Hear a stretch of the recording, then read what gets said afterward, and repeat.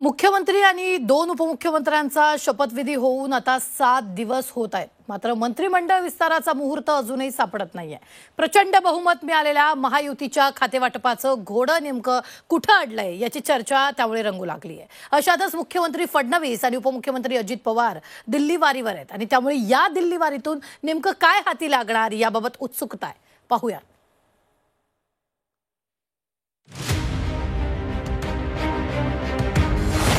सरकार स्थापन झालं, महायुतीचं खातेवाटप कधी?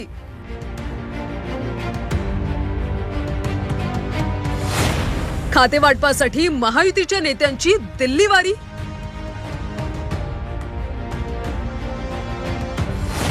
रखडलेल्या खातेवाटपावर विरोधकांची टीका.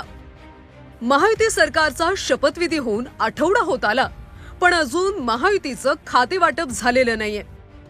एकनाथ शिंदे आणि अजित पवार हे बिनखात्याचे उपमुख्यमंत्री आहेत. हिवाळी अधिवेशन 4 दिवसांवर आले, अजूनही खातेवाटप नसल्यानं आश्चर्य व्यक्त केलं जातं.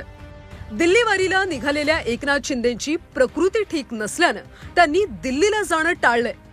दुसरीकडे देवेंद्र फडणवीस आणि अजित पवार दिल्लीत पोहोचलेत. खातेवाटपासारख्या महत्वाच्या विषयावर चर्चा असताना एकनाथ शिंदेंनी दिल्ली दौऱ्याला दांडी मारल्यानं आश्चर्य व्यक्त होतंय. महायुती भक्कम आहे. कुठल्याही पद्धतीचा वादविवाद आमच्यामध्ये नाही आहे.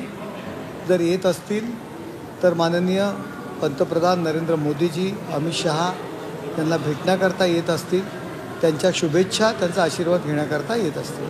भाजपकडे 137 आमदारांचं संख्याबळ असल्यानं अजित पवार आणि एकनाथ शिंदेंची राजकीय कोंडी झाल्याचा टोला काँग्रेसनं लगावलाय. दिल्लीच्या हायकमांडवरच विसंबून राहावं लागेल, त्यांच्या भरोशावर राहावं लागेल.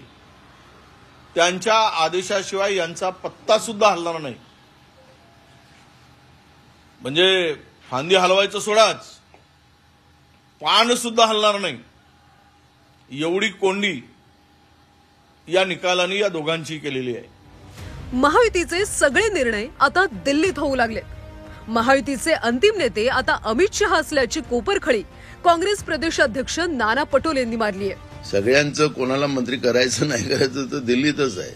हे आता नॅशनल पार्ट्या झाल्यात दोघांच्याही, आणि यांचे सगळ्यांचे नेते अमित शहा आहेत. आता अंतिम नेते त्यांचे अंतिम नेते अमित शहा. महायुतीचं खातेवाटप जवळपास आठवड्याभरापासून अडलंय.